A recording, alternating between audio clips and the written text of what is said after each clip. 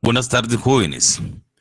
Vamos en esta jornada virtual a analizar el segundo problema que tiende a realizar o resolver la técnica jurídica.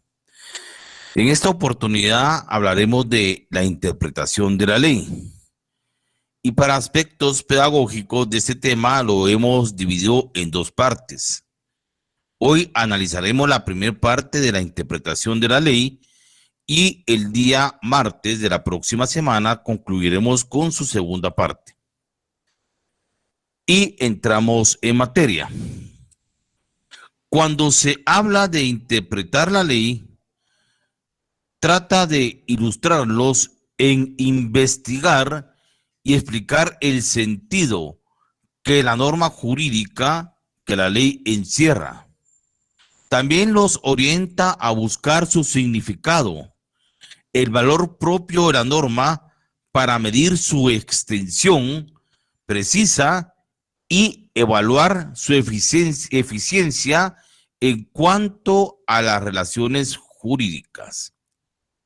También se puede afirmar que interpretar la ley es averiguar y explicar el sentido, el espíritu que encierra la norma jurídica como una actividad dirigida para analizar su significado con el objetivo de ser aplicada a casos concretos.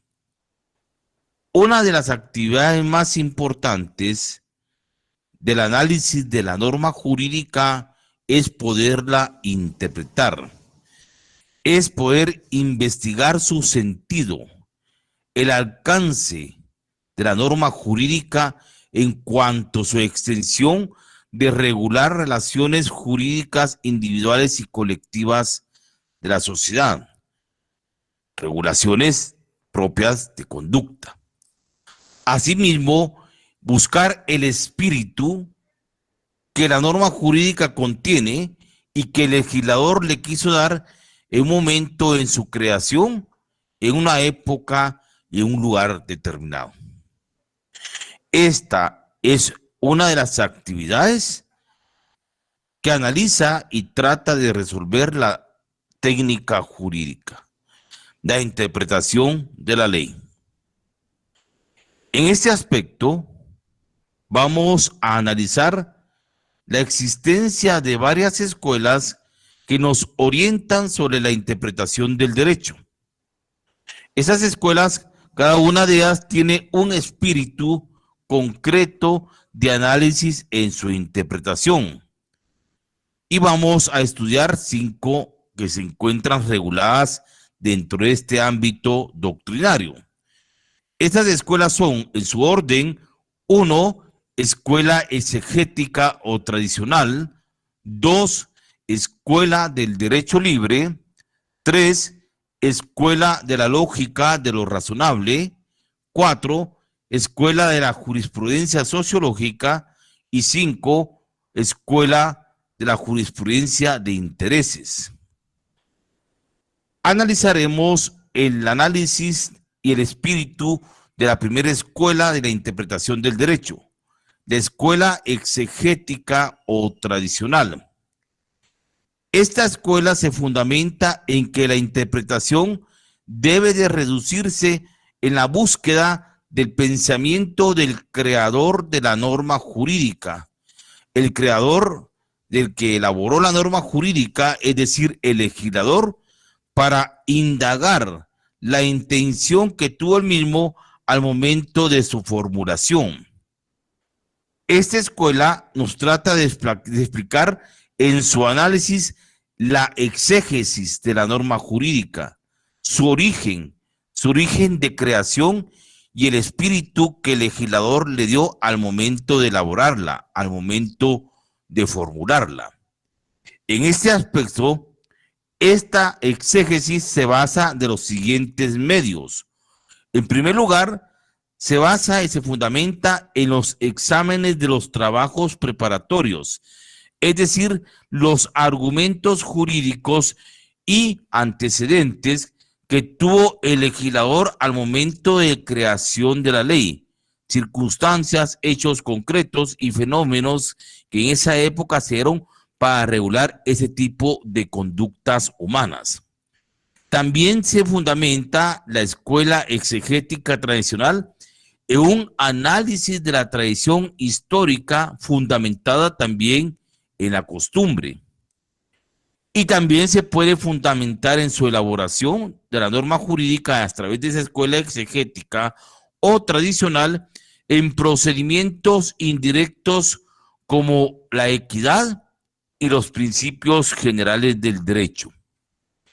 Esta escuela exegética o tradicional, la interpretación se hace con base al contenido de la letra escrita en la norma jurídica.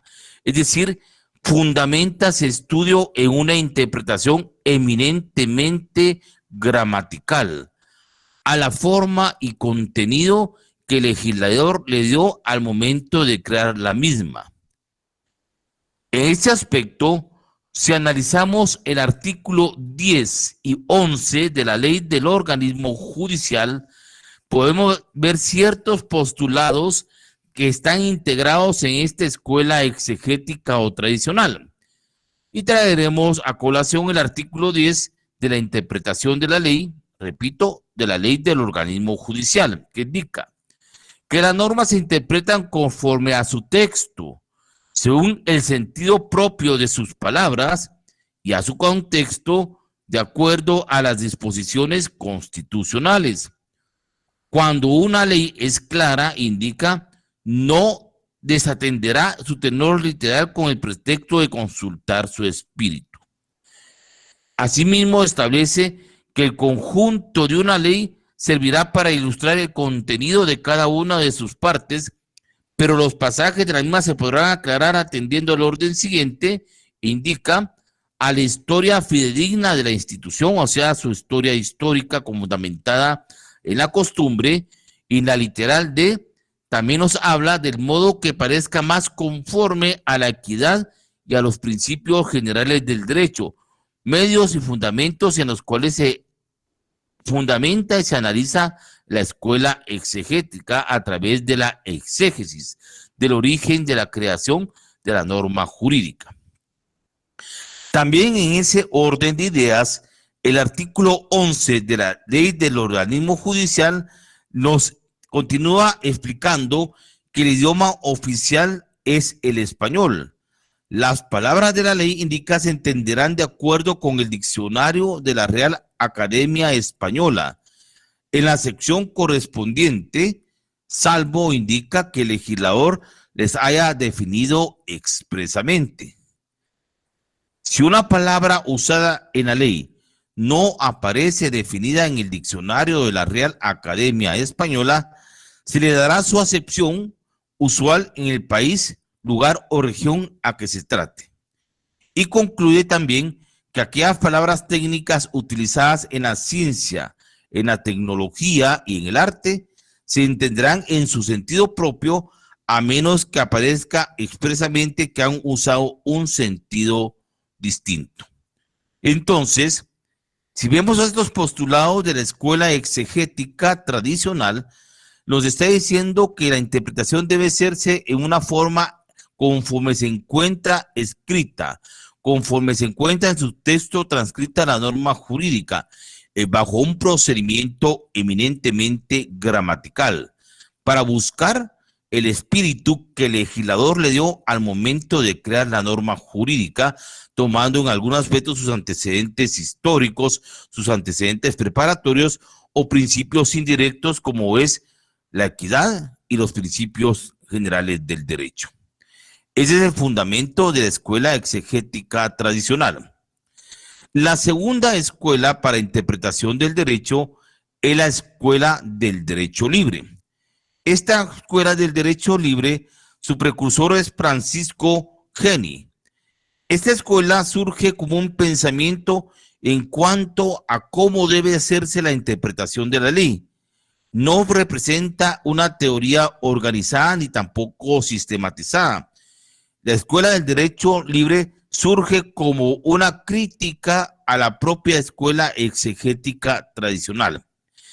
Esta escuela del derecho libre pretende darle libertad al juzgador, es decir, al que va a aplicar la ley, al que va a aplicar el derecho al momento de crear y aplicarla al derecho objetivo sobre casos concretos, independientemente de la voluntad del legislador, que es el que creó la norma jurídica.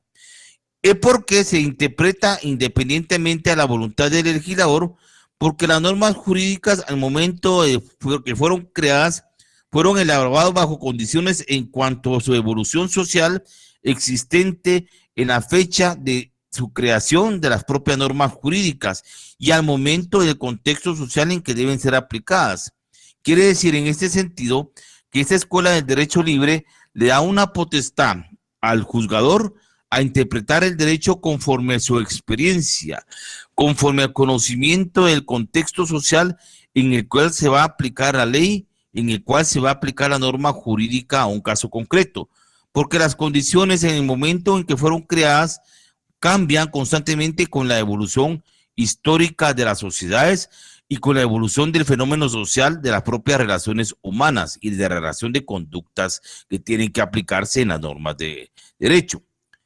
Lógicamente, esta escuela del derecho libre da una amplitud para interpretar la norma jurídica y la ley porque nos orienta que tenemos que basarlo con base al conocimiento, con base a la experiencia que tengamos del derecho y ubicarlas en el contexto social, en el contexto real en el cual se va a aplicar a casos concretos la norma jurídica.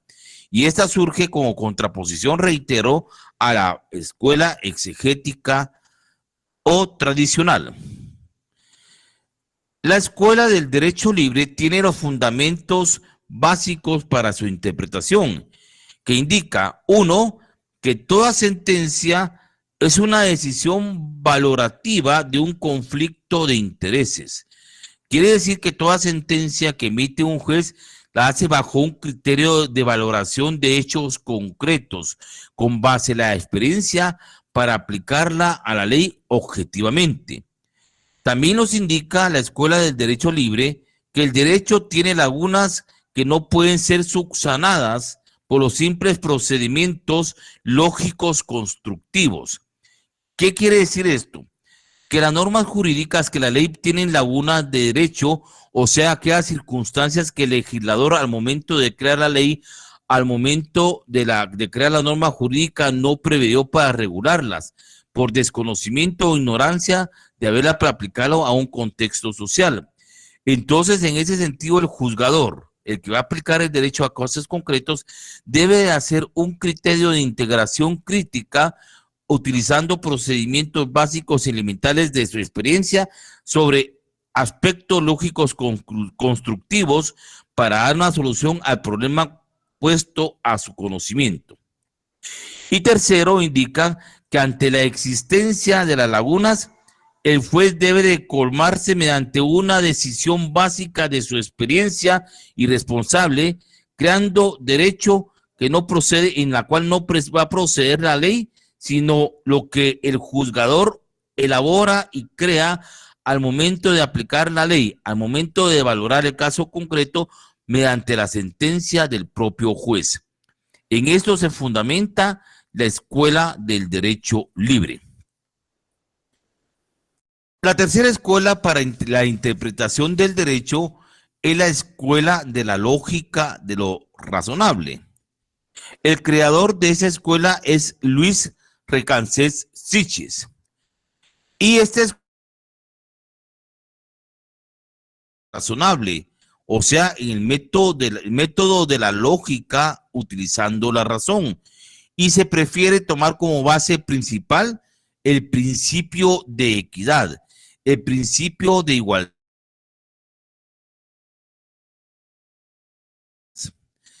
Esta escuela parte del criterio de estimar los valores de un hecho mediante la razón del conocimiento, la lógica y la experiencia del juez y del juzgador, incluyendo como fundamento secundario los valores que tiende a realizar el derecho, que ustedes conocen, son los valores axiológicos del derecho. Estos valores que se integran a este pensamiento de interpretación de la ley es garantizar a través de las resoluciones judiciales el bien común, la seguridad jurídica y la justicia, para poder dirimir de manera satisfactoria y congruente en concordancia con los valores jurídicos en las resoluciones de la interpretación del derecho y especialmente que la misma prive el valor central axiológico del derecho, que es la correcta aplicación de la justicia. Un comentario particular de su profesor es que de todas las escuelas que hemos visto para la interpretación del derecho, esta es la escuela más centrada, la escuela más básica y fundamental para emitir criterios objetivos de interpretación de la norma jurídica a casos concretos. Hablo de la escuela de la lógica de lo razonable, porque nos está indicando que debemos interpretar el derecho primeramente independientemente a la voluntad del legislador, pero tomando como en cuenta la razón, la lógica y la experiencia, tres elementos básicos de interpretación del derecho, pero agrega otro elemento adicional y más fundamental y equitativo en la interpretación del derecho, que es tomar como base también fundamental los valores del derecho en donde debe privar el bien común, la seguridad jurídica y sobre todo el valor central de todos estos valores jurídicos, la justicia. Este es una de las mejores escuelas para poder interpretar el derecho. La cuarta escuela de interpretación del derecho es la escuela de la jurisprudencia sociológica. Esta escuela es representada por Roscoe Pound. Es una escuela propia del derecho norteamericano. Esta escuela nos indica que lo importante del derecho es justificar para su realización el papel que el juzgador tiene que tener con base a la experiencia, que lo único que le importa al mundo de lo jurídico es la aplicación de las leyes que elaboran y redactan los tribunales. De ahí la importancia, indica esta escuela de la jurisprudencia sociológica, de la propia jurisprudencia, de la emisión de los fallos y sentencias de los jueces con futuro determinante de la creación del derecho. Quiere decir que esta escuela de la jurisprudencia sociológica dice que además de la experiencia que deben tener los jueces en la aplicación de la ley, aplicación de la norma jurídica a casos concretos, debe fundamentarse también en la aplicación que las leyes hacen los tribunales de justicia y sobre todo tomando como fundamento básico y elemental las sentencias que emiten los tribunales que crean jurisprudencia o doctrina legal, que es la que cimienta al final la interpretación correcta del derecho. Esto es la cuarta escuela de la jurisprudencia sociológica. Y por último, tenemos la quinta escuela, que es la jurisprudencia de intereses. Esta escuela de la jurisprudencia de intereses es fundamentada por Rudolf von Ihering, de origen alemán. Rudolf von Ihering nos indica que esta escuela, el derecho, lo que debe de garantizar son intereses particulares en la aplicación de la ley a casos concretos, que es un producto de la lucha de intereses, es un producto de lucha constante entre el hombre, con la mira de lograr sus finalidades personales y particulares. Esta escuela postula que el juez, al juzgar un caso concreto puesto a su conocimiento, debe hacerlo desentrañando los intereses que están inmersos en un conflicto de carácter legal, a lo que debe dar protección legal que la ley establece conforme el espíritu concreto y gramatical de la propia norma jurídica.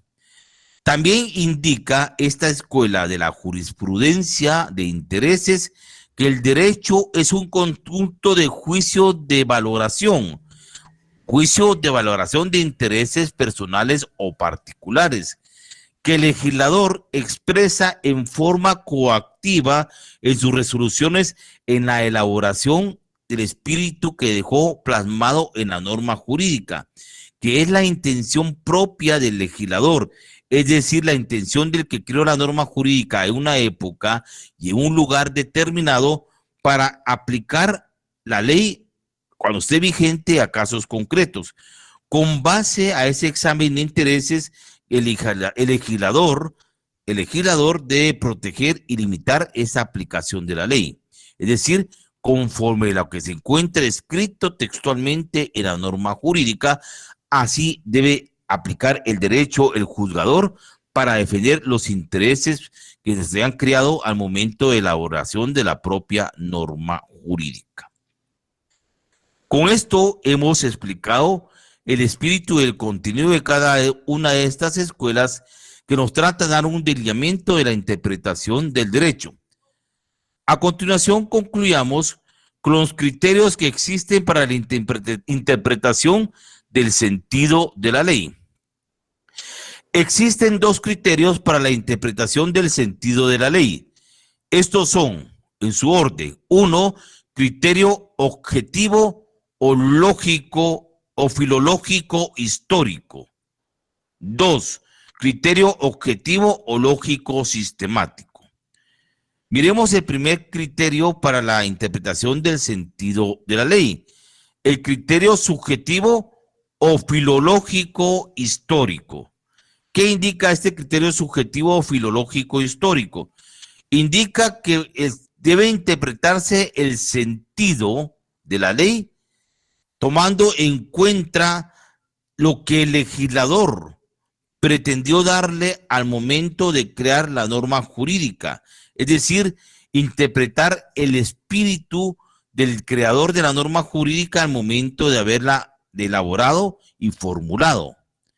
Esta escuela que trata la manera de interpretar en la ley el derecho con base al espíritu del legislador al momento de crear la norma jurídica en su contenido y formulación, es adoptado por dos escuelas. Esas escuelas que adoptan el criterio subjetivo o filológico histórico son, en su orden: uno, la escuela exegética o tradicional, y dos, la escuela de jurisprudencia de intereses. Repito, el criterio subjetivo filológico histórico es adoptado por dos escuelas del derecho.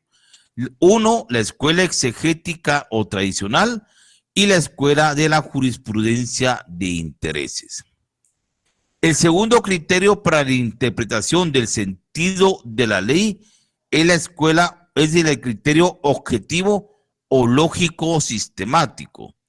Este criterio objetivo, lógico y sistemático nos indica que los textos legales tienen una significación propia implícita en los signos de su que la constituyen, independientemente de la voluntad del legislador o de su presunto autor.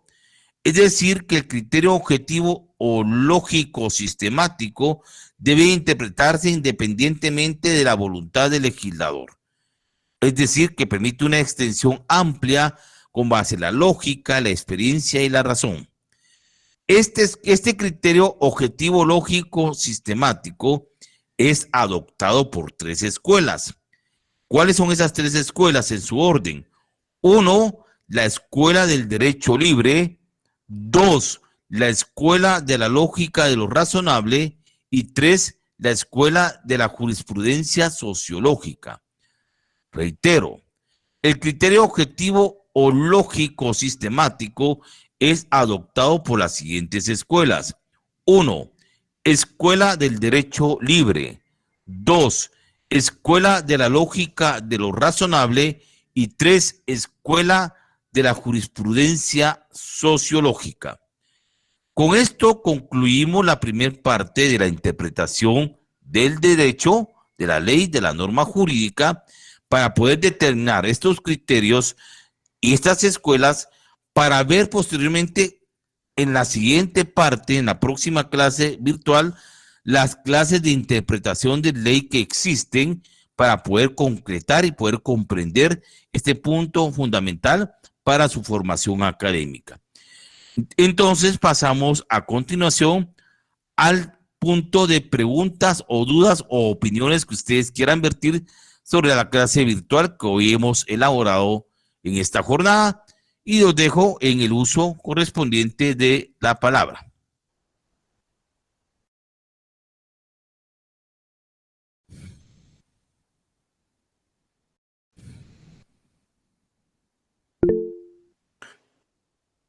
Buenas tardes, Luis Fernando Ordón, y después en su orden, Daniel Rodas.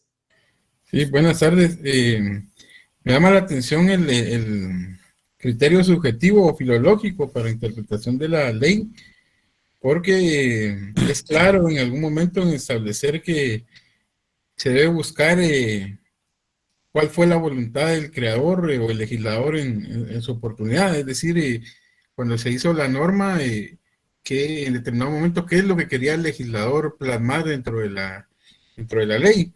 Pero en contraparte con el objetivo lógico que indica que la ley debe interpretarse independientemente de la voluntad del legislador, ¿verdad? O sea, se van directamente a un aspecto lógico de la propia norma, imagino yo, con base en los conceptos jurídicos fundamentales que debe contener la norma, pero hacen a un lado esa voluntad que en algún momento el legislador podría tener, ¿verdad? Y entendería yo que cuando se emite una ley, si bien es cierto, debe ser lógica y objetiva, eh, la interpretación debería ir enfocada, solo eso es un criterio, a lo que en algún momento el legislador quiso pretender dejar en la norma, ¿verdad? Solamente es comentario. Sí, lo que pasa es que las normas jurídicas son creadas en una época, en un momento determinado, cuando la regulación de conductas humanas eran valederas para ese contexto social. Pero recuérdense que la sociedad cambia. Entonces, los elementos en los cuales fueron regulados cambian en los comportamientos humanos. Y recuérdense una base muy fundamental, que en el derecho se juzgan personas, se juzgan relaciones humanas, se juzgan seres humanos. No se juzgan prácticamente fórmulas matemáticas como 2 más 2 son 4, 4 y 2 son 6. Tiene que basarse a regular la conducta del hombre en sociedad. Y bajo ese contexto, los cambios de conducta a través de la evolución de las sociedades cambian. Una norma puede ser valedera en la época en que fue creada, pero los contextos sociales cambian. Entonces, debe haber otros mecanismos para interpretar el derecho. Porque si lo hacemos de una forma cerrada gramatical, como el espíritu de la norma jurídica que en ese momento estuvo, puede ser que se pueda sesgar esa apreciación del juez, aunque existen criterios de jueces que aplican gramaticalmente la norma jurídica, que la aplican prácticamente al espíritu de la letra muerta en la norma jurídica. Si ven más allá cómo se puede solucionar un conflicto de intereses en la cual debe prevalecer a mi criterio la valoración del juez o del juzgador de aplicar el derecho o la norma jurídica a casos concretos en forma objetiva. Esto es lo que prácticamente puede sesgar esa circunstancia, aunque la interpretación gramatical sí es válida, válida en el sentido de encontrar la semántica, el espíritu de la norma jurídica en su contenido de las palabras. Pero al momento de aplicarlas a personas, el juez debe valorar su experiencia, su lógica y la razón. Por eso le digo que sí puede aplicarse. Mire, le voy a decir un caso concreto. Esto se da mucho prácticamente en el área, esa forma de juzgamiento que estamos viendo, lo vamos a ubicar en un caso penal. En el caso del señor Zamora, del periódico, si han visto este procedimiento, el juez que está juzgando este caso ha interpretado de una forma exageradamente gramatical el contenido del espíritu de la norma jurídica. Porque la norma jurídica, el código, el artículo tal del Código Penal de lavado de dinero dice esto es, y no mira la valoración de cómo se están presentando las incidencias, los medios de investigación. ¿Qué circunstancia valedera o no tienen esos medios de investigación en esa fase? Que pueden ser medios de investigación que estén sesgados y que se aparten de la realidad y no, y no los valora objetivamente bajo el procedimiento que establece la ley, porque dice, la ley dice esto y esto se aplica. Esa es una interpretación exegética tradicional. Puede dar resultado a sesgar la justicia. Eso mucho cuidado con esto. Puede sesgar la justicia y apartarse de los valores del derecho, de bien común, seguridad jurídica y justicia. Ese es el pequeño riesgo que tiene esta escuela exegética o tradicional. Sí, que considero, de acuerdo a lo que comenta el señor Zamora, que la aplicación de justicia en Guatemala está sesgada, ¿verdad? Y tomando de referencia que la aplicación del derecho penal debería ser la última ratio, deberían de haberle dado mayor valor probatorio a todos los elementos de prueba que en su momento el acusado aportó, ¿verdad? Y la valoración también de lo que presentó el Ministerio Público. Recuérdese que debe prevalecer en área materia penal el debido proceso y la presunción de inocencia, que son garantías constitucionales. Y sobre todo, esas garantías constitucionales están protegidas bajo la Declaración Universal de los Derechos Humanos, están bajo la protección de los convenios y tratados internacionales aceptados y ratificados por Guatemala, que el juzgador debe tener presente en su máxima cúspide al aplicar resoluciones judiciales de orden penal. Es la única observación. El método exegético tradicional no es malo, porque sí nos permite, como usted dice, Luis Fernando, conocer, interpretar el sentido de la ley al momento que el legislador la creó, que era la norma jurídica, ver su sentido de las palabras y aquellas, conforme dice el artículo 11, de analizarlas con el diccionario de la Real Academia Española y en caso, si no se puede, con el lugar donde se va a aplicar o la región. Esto nos permite un tipo de interpretación, pero pues se puede cometer problemas de una apreciación de aplicación del derecho no muy objetiva y fundamentado, como dice la Escuela de la Jurisprudencia de Intereses, en intereses propios particulares de clase. Ese es el único sesgo que miro yo en este tipo de escuelas.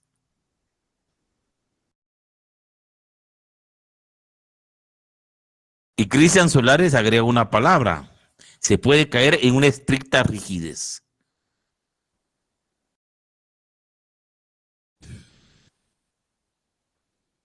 Gracias, Lick. Yo creo que Daniel va a intervenir. Muy bien. Daniel. Buenas noches, compañero licenciado, buenas noches. Bueno, Buenas tardes. solo un comentario que Sí. tenía. Primero era una pregunta, pero con lo que acaban de estar mencionando ustedes se me aclaró un poquito sobre cuál era la escuela que predominaba en Guatemala. Pero sin embargo, así algo a lo que logro entender, quizás sea una parte valorativa de todas las escuelas en los diferentes casos que se dan. Porque, bueno, tal vez yo puedo observar, como ustedes, en el caso que mencionaban, que es la aplicación de la exegética para ver realmente cuál fue el propósito de los legisladores al momento de crear la ley por el cual se le está llevando el proceso a este periodista. Era un caso, era un ejemplo, más o menos, porque hay más, pues, definitivamente. Y entonces, sin embargo, hay casos en los que las resoluciones a veces uno escucha en ciertos grupos de la población, que a veces hay unos que se inclinan, por ejemplo, por la Escuela de la Jurisprudencia Sociológica, algunos que es por la jurisprudencia de intereses. Entonces, yo llego a comprender que quizás sea desde el ámbito sociológico, donde el nivel social de la persona, el nivel económico, político que tenga, para querer que se le interprete o ver que él quisiera que de esa manera se le interpretara la ley. Porque realmente en Guatemala, yo veo con lo que está aquí en el documento, en su libro, sí se aplican en diferentes casos las 4 escuelas y de hecho igual los criterios para la interpretación del sentido de la ley. Cuando uno usted estaba desarrollando la clase, yo lograba comprender, por ejemplo, esto aplicaron aquí, esto aplicaron allá. Entonces mi pregunta era esa: ¿cuál escuela predomina en Guatemala? pero no sé si estoy en lo correcto, que quizás predominen según el caso y el juez que lleve el proceso.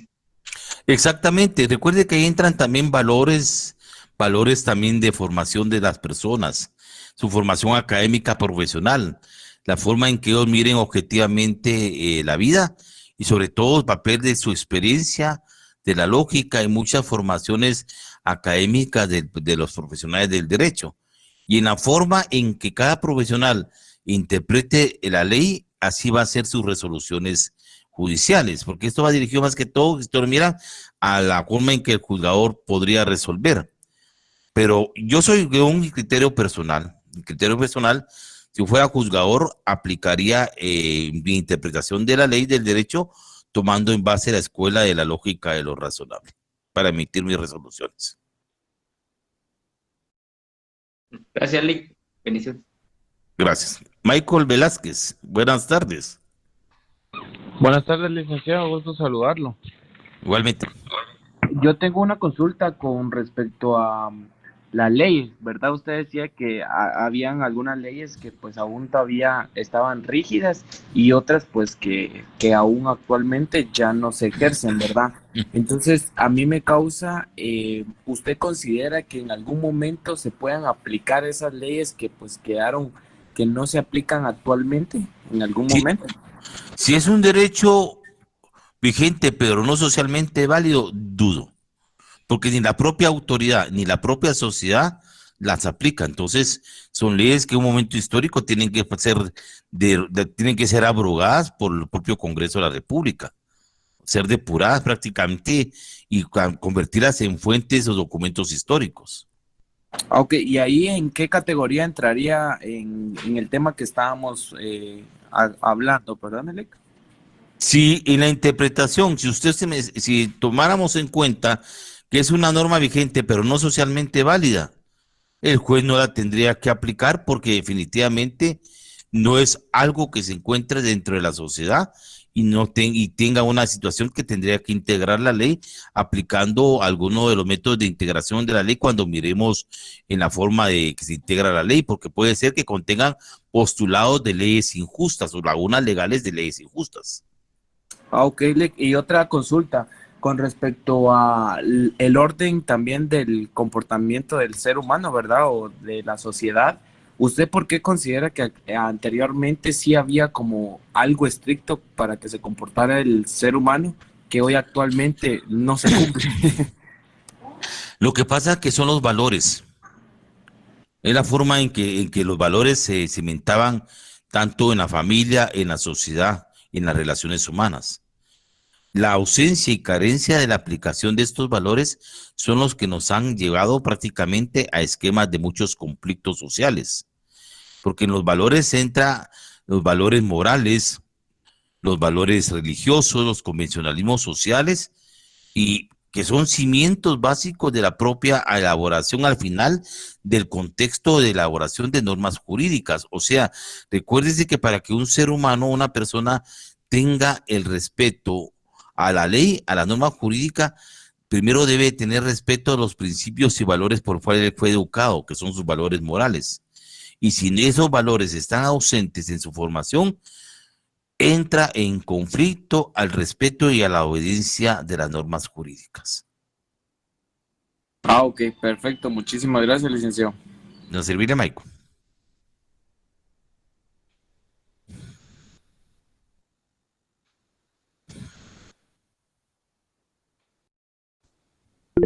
Ángel Gaudencio, muy buenas tardes.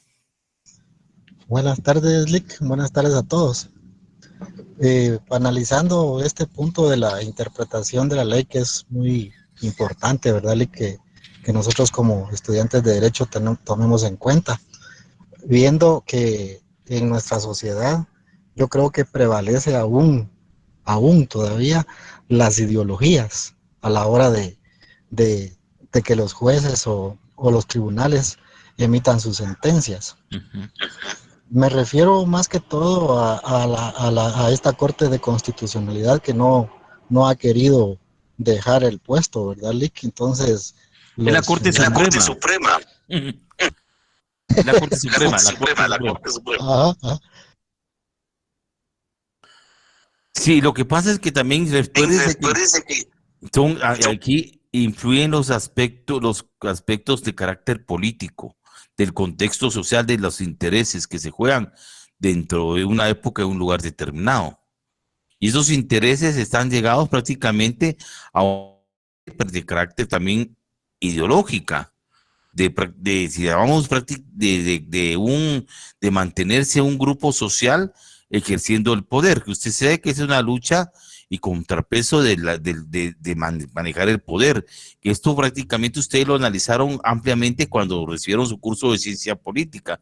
Entonces los grupos de choque, los grupos de poder quieren mantenerse en lo mismo y lógicamente, ¿qué es lo que necesitan? Tener el control del poder de elaborar normas jurídicas, en este caso el Congreso, y el poder de control de la forma de administrarlos, o sea, el Poder Judicial. Entonces ahí se miran los conflictos de la lucha de intereses. Y si nos vamos posteriormente al pensamiento materialista de la esencia del derecho, se indica y concluye con esta máxima, dice, el derecho es la voluntad de la clase dominante erigida en ley. Y eso tiene mucho contexto en relación en la forma en que se elaboren las leyes en un momento de un contexto histórico. Quien ejerce el poder, así van a ser los intereses que se protejan en forma individual y particular. El desmedro puede ser de grandes mayorías. Pero eso es el devenir histórico de la evolución de las sociedades, no solo en Guatemala, sino en todas partes del mundo. Sí. Gracias, Lick. Para servirle.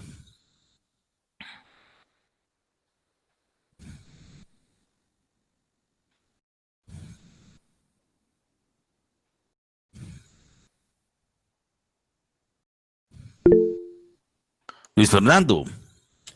Sí, Lick, respecto a la interpretación de la ley, algunos textos legales contienen un artículo específico donde detallan ciertas definiciones de algunos conceptos que dentro de las normas de esa misma ley se desarrollan. Entonces, cuando se va a interpretar la norma y se tiene duda de qué es lo que se quiere decir con ese concepto, se va a buscar el artículo específico de las definiciones. Entonces ya le da una aclaración a qué se refiere en específico.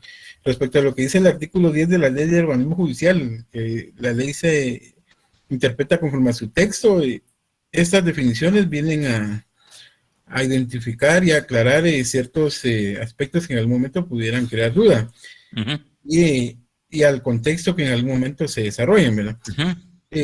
Tengo una consulta. Por ejemplo, en materia aduanera, la legislación a nivel regional, Centroamérica, el reglamento del Código Aduanero, dentro de sus definiciones, tiene algo que se denomina duda razonable. Entonces, tiene la duda razonable y hace una definición de qué es lo que se considera la duda razonable. Hace un tiempo se hizo una modificación al Código Tributario y se agregó un artículo en específico, bueno, fueron varios, pero uno en específico, que es el 30C, que es relacionado al secreto bancario, es decir, que en algún momento la administración tributaria iba a tener solicitud de información bancaria por medio de los bancos, ¿verdad? A través de un requerimiento que en algún momento le haga un juez, y en un plazo de 3 días el juzgador le iba a decir si procedía o no procedía que le autorizaran esa información bancaria de determinada persona, ¿verdad? Durante ese proceso de vigencia de la ley en su etapa inicial, surgió una acción de inconstitucionalidad y la Corte en su momento suspendió provisionalmente ese artículo en específico, atendiendo a la acción de amparo de inconstitucionalidad de esa norma. Pero luego al realizar el análisis, la Corte, respecto a esa acción de inconstitucionalidad de ley, refiere que en sí los argumentos que presentó en este caso el demandante o el accionante en cuanto a la inconstitucionalidad, pues no se violentaban ciertas garantías que establece la Constitución, ¿verdad? Pero me llama la atención que dentro de los argumentos que presentaba la parte accionante, hacía referencia a que el artículo 30C del Código Tributario refiere que cuando la administración tributaria tenga duda razonable de ciertos aspectos de los administrados, puede requerir esa información bancaria, pero no quedó en algún momento una definición de qué se consideraba duda razonable para esos efectos. Y no podía aplicar la duda razonable que le comentaba en materia aduanera porque es totalmente distinto. Entonces, pregunto, cuando un concepto de estos queda enmarcado en una norma y no hay una definición y nosotros vamos a interpretar la ley conforme a su texto, debemos ir en este caso al diccionario de la Real Academia para poder identificar qué es lo que en algún momento nos quiere decir Exactamente. el significado de una duda razonable, ¿verdad? Entonces, Así es. El artículo 11 de la Ley de Normas Judiciales dice, Diccionario de la Real Academia Española en primer orden. Dice, si una palabra usada no se encuentra en el diccionario de la Real Academia Española, se le dará su acepción usual en el país, lugar o región de que se trate. Y después les dice 3 formas que puede hacerlo. Las palabras técnicas utilizadas en la ciencia, en la tecnología y en un arte se entenderán en su sentido propio, a menos, dice, que aparezca precisamente que han usado un sentido en sentido distinto. Le da las opciones como debe de interpretarse. claro, entonces refiriéndome a esto, me llamó la atención esa argumentación que hacía el accionante en cuanto a que no estaba definido ese concepto de duda razonable y en algún momento daba como que cierta libertad a la administración tributaria de que pudiera discrecionalmente considerar duda razonable cualquier cosa, ¿verdad? Pero atendiendo a lo que establece la ley de organismo judicial, tuve la oportunidad de hacer una pequeña investigación y en algún momento cuando uno va a consultar el diccionario de la Real Academia Española y hace el análisis de qué es lo que en algún momento se considera una duda, ¿verdad? Que en algún momento es una cuestión que se propone para ventilarla o resolverla, dice el diccionario de la Real Academia, y razonable que en algún momento sea adecuado conforme a la razón, ¿verdad? Que sea proporcionado y no exagerado. Entonces, al unificar estos 12 definiciones de esos conceptos, ya se puede tener algún tipo de interpretación en cuanto a esa, podría ser un vacío o un tipo de laguna que en algún momento... Esas son las lagunas legales. Eso se llama insuficiencia de la ley. Y en caso de insuficiencia de la ley, el juez debe analizarlo con base a varios procedimientos, puede ser con la analogía, la equidad, los principios generales del derecho o la legislación común indica. Tiene varias vías para poder integrar esa laguna del derecho, esos vacíos legales. Gracias. Para servir.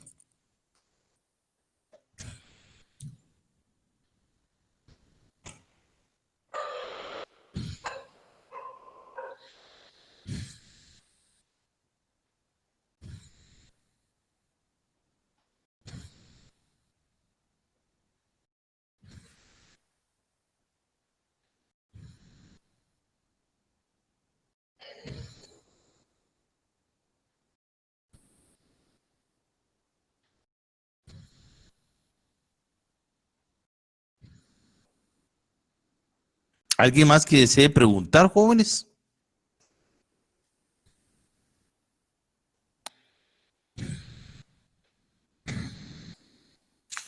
Para el compañero Henry Chup, estamos de la página 124, 125 hasta la página 128. Ahí está, ahí vamos, de la 124 a la página 128 de libros de lo que estamos analizando en esta oportunidad. Perdón, Link, en lo que los compañeros comentan, me llama la atención la jerarquía normativa en cuanto a la interpretación que hace Kelsen. Y Kelsen pertenece a la Escuela de Viena. Tenía yo en algún momento dudas y la Escuela de Viena no forma parte de estas escuelas de interpretación de la ley. ¿Es otro asunto la Escuela de Viena? La Escuela de Viena se basa en la jurisprudencia de intereses. Ah, ya. Entonces, en Porque algún es de la momento, que sigue, esa escuela de jurisprudencia en tesis es una escuela de la tesis alemana de Rudolf von Ihering. Y Rudolf von Ihering es contemporáneo con Hans Kelsen también en su pensamiento filosófico. claro, y hace referencia a la teoría del interés en materia de interpretación del derecho subjetivo, ¿verdad? Ajá, exactamente. Ujú. A esa Claro. escuela se basa, se fundamenta en eso.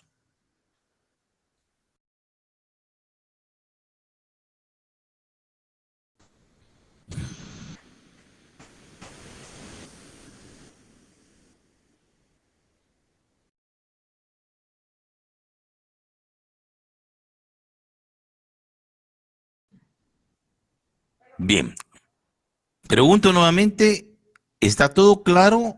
¿Existe alguna duda o algo que desean que podamos solventar en este punto? Si no, ustedes me dirán si este tema está ampliamente discutido, si nos podemos retirar ya de la plataforma, ustedes son los que tienen la última palabra.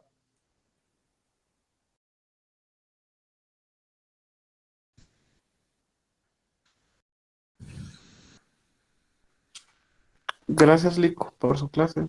¿Todo está bien? Todo claro, al parecer, licenciado. Va bien, porque hasta Luis Fernando dice que es la hora del cafecito. Ya el reloj biológico comenzó a molestar por ahí. Bueno, si todo está claro, jóvenes, entonces lo vemos el próximo martes con ustedes, con la segunda parte de la interpretación del derecho, para concluir este tema virtual. Feliz descanso y los vemos en la próxima jornada virtual, jóvenes. Buenas noches a todos nuevamente. Gracias, Gracias, Lico. Lick. Feliz noche.